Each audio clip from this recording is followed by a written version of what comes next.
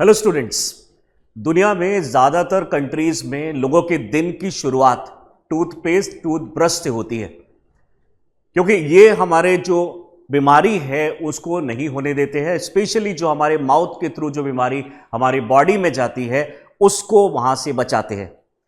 लेकिन अगर आपको पता चले कि जो टूथपेस्ट आप यूज कर रहे हैं बीमारियों से बचने के लिए, वही टूथपेस्ट बीमारी का कारण है, तो डेफिनेटली प्रॉब्लम तो होगी ही। रिसेंटली एक रिसर्च में पता चला है, जो कि लेड सेफ मामा नाम की एक ऑर्गेनाइजेशन ने किया है, कि यहां पे जितने भी बड़े बड़े जो दुनिया में ब्रांड्स हैं टूथपेस्ट के, ज्यादातर ब्रांड्स जो हैं वो बहुत ही ज्यादा हैवी मेटल्स को यूज कर रहे हैं। हैवी मेटल्स इसलिए यूज किए जाते हैं ताकि हम अपने टीथ के अंदर के जितनी भी हमारे जो गंदगी है उसको हम निकाल सके, लेकिन ये कुछ ज्यादा ही क्वांटिटी में यूज करते हैं। और इनके ऑल्टरनेटिव बहुत सारे अवेलेबल हैं, लेकिन जो ऑल्टरनेटिव अवेलेबल है वो इजीली अवेलेबल नहीं है, इसलिए डायरेक्टली मेटल्स को ही हमारी बॉडी के अंदर में डलवा देते हैं, या फिर आप बोल सकते हैं टूथपेस्ट के थ्रू हम लोग इसको अपनी बॉडी में धीरे धीरे कंज्यूम करते जा रहे हैं। आइए क्या है ये पूरी रिपोर्ट, इसको समझते हैं और इसका क्या सॉल्यूशन हो सकता है, और क्या गवर्नमेंट ने किसी ने कुछ स्टेप उठाया है, आइए इस चीज को देखते हैं। तो सबसे पहले हमारी न्यूज है, dangerous heavy metals detected in the popular toothpaste brands जो थे, what they are doing in our body. Definitely इनकी कोई ऐसा जरूरत नहीं है, तो हमारी बॉडी में ये क्या कर रहे हैं। और मेटल भी छोटे नहीं है, हैवी मेटल्स हैं जैसे कि lead, arsenic, mercury and cadmium. ये बहुत ही ज़्यादा हार्मफुल चीज़ें होती हैं। मर्करी से हमें बहुत ही सीवियर टाइप की बीमारी हो जाती है, जैसे मीना माटा डिजीज़। आर्सेनिक से हमारा जो ब्लड है वो थिन हो जाता है। लेड जो है मेंटल डिसऑर्डर कर सकता है, न्यूरोटॉक्सिन है, ये सारे के सारे न्यूरोटॉक्सिन। और कैडमियम तो आप जानते हैं न्यूक्लियर पावर प्लांट में यूज़ किया जाता है न्यूट्रॉन का एब्जॉर्ब करने के लिए, बहुत ही ज़्यादा खतरनाक एलिमेंट है। ये सारे एलिमेंट यूज़ किए जाते हैं टूथपेस्ट के अंदर में, ताकि हमें मिल सके क्लीन टीथ्स। बट टारगेट ये नहीं है, मेन टारगेट है कि हमारा जो हैवी मेटल्स है बॉडी में जाने के बाद में वो हार्मफुल होते हैं, इस वजह से यहां पे प्रॉब्लम जरूर क्रिएट होगी। अगर हम यहां पे बात करें पॉपुलर टूथपेस्ट ब्रांड्स की, और भी यहां पे न्यूज आपको देखने को मिलेगी। तो यहां पे जैसे कि सेंसोडाइन है, यहां पे और भी बहुत सारी कंपनीज है जिन्होंने ये माना भी है कि यस हम इसके अंदर में कुछ मेटल्स को यूज करते हैं। और टॉप 51 ब्रांड्स में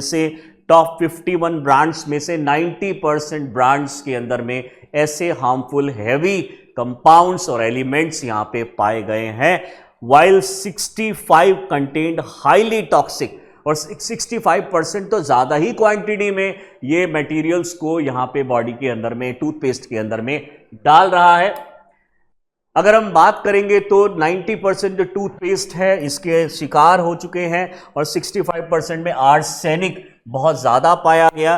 कई के अंदर में हाफ से ज़्यादा मरकरी आपको मिला है, और कई केस में कैडमियम जो है वो बहुत ज़्यादा क्वांटिटी में मिला है। डेफिनेटली ये सभी के सभी जो वॉशिंगटन लिमिट है, यानी यूएसए में जो एक क्राइटेरिया इन्होंने फिक्स किया हुआ है उसकी एक लिमिट यहाँ पे, लेकिन वॉशिंगटन यानी यूएसए का खुद कहना है कि हमने लेड के लिए तो कोई यूनिट फिक्स ही नहीं करी है, यानी लेड की सो कोई परमिसिबल लिमिट ही नहीं है। इसका मतलब कि 0% ही हमें सिर्फ अलाउ होगा। इससे अगर हल्का सा भी परसेंटेज लेड का डालते हैं तो हमारे लिए हार्मफुल है।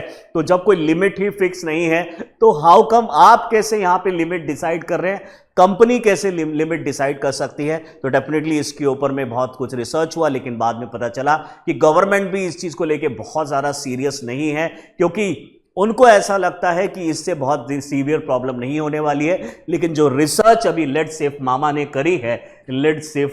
करी है उसमें पता चला है कि ये बहुत बड़े न्यूरोटॉक्सिन्स है और हमारी बॉडी को पूरी तरीके से डिटीरिएट कर सकते हैं अगर हम इसको ज्यादा क्वांटिटी में इनहेल कर ले, अगर कंज्यूम कर ले। स्पेशली छोटे बच्चों के लिए ये बहुत ज़्यादा खतरनाक है, और बच्चों में मेंटल डिसऑर्डर तक हो रहे हैं इन चीज़ों की वजह से।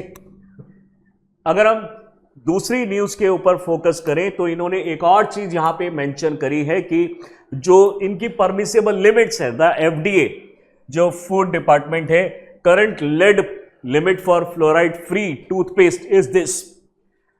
दूसरी कंट्रीज ने यहां पे माना है कि चलिए मान लीजिए अगर हम 10,000 पीपीबी पार्ट पर बिलियन अगर इसको एक्सेप्ट भी करें, 20,000 पीपीबी फॉर फ्लोराइड ये एक्सेप्ट करें, लेकिन इसके ऊपर कुछ नहीं होना चाहिए। और वहां पे भी हम देख रहे हैं कि ये इससे कहीं ज्यादा ऊपर लिमिट में यूज किया जा रहा है। यहां state of Washington recently enacted a law with 1000 PPB limit, इससे ज्यादा नहीं होनी चाहिए। FDA did not immediately respond to a request for comment, nor did Crest parent company Procter and Gamble। यानी ना FDA ने बहुत सारा ध्यान दिया है, ना ही जो कंपनी जो उसको बना रही है उसने बहुत सारा ध्यान दिया है। अब ऐसा क्यों हो रहा है ये तो यूएसए ही जानेगा, मेनली क्योंकि ये ज़्यादातर जो कंपनीज हैं वो यूएसए से बिलोंग करती हैं। दूसरी अगर हम बात करेंगे यहाँ पे, तो कुछ इंग्रेडिएंट्स और भी ऐसे डाले जा रहे हैं टूथपेस्ट के अंदर में जो बहुत ही ज़्यादा हार्मफुल भी हैं। प्लस में अगर इंडियन यहाँ पे अगर हम माइथोलॉजिकल और इस कंटेक्स्ट में अगर देखें तो काऊ के यहाँ पे बोन्स को कैल्शियम की फॉर्म में यूज किया जा रहा है, definitely including hydroxy appetite, calcium carbonate,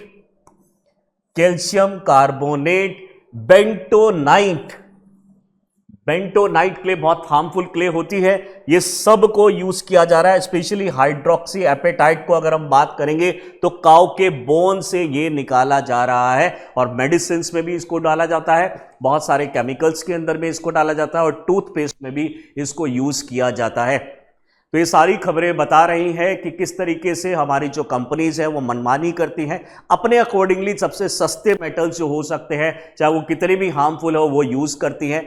यहाँ पे बहुत सारे और भी सॉल्यूशंस हो सकते हैं, जैसे कि डायएटम एक ऐसे माइक्रो ऑर्गेनिजम्स हैं जो हमारी अर्थ के सरफेस पे मिलते हैं, जो एक बहुत अच्छा सिलिका का सोर्स भी बनता है। तो डायएटम के जो पार्टिकल्स हैं वो कई बार टूथपेस्ट में अगर हम यूज करेंगे तो वो इतने ज्यादा हार्मफुल नहीं होते, लेकिन ये कंपनीज डायएटम को एक्सट्रैक्ट करने का खर्चा नहीं उठाना चाहती हैं। डायरेक्टली ये कंपनीज जो है इस तरह के मेटल्स जो बहुत हार्मफुल है उनको यूज कर लेती है, और प्रॉफिट 1.5 गुना, 10 गुना, 50 गुना जो इनका मन करता है वैसा ये प्रॉफिट अर्न करती हैं। आपका इन चीज़ों में क्या कहना है? क्या ये कंपनीज जो इस तरह से कर रही हैं इनके ऊपर कोई रूल्स एंड रेगुलेशंस होने चाहिए या नहीं? क्या इंडिया में इस तरह के रूल्स एंड रेगुलेशंस होने चाहिए या नहीं? जो आपने अभी यूएसए में देखा है, एफडीए और ये बहुत ऑर्गेनाइजेशंस ये लिमिट तो थोड़ा बहुत फिक्स कर रही हैं, लेकिन इन चीज़ों को ठीक से फॉलो नहीं किया जा रहा है। क्या ये होना चाहिए, नहीं होना चाहिए?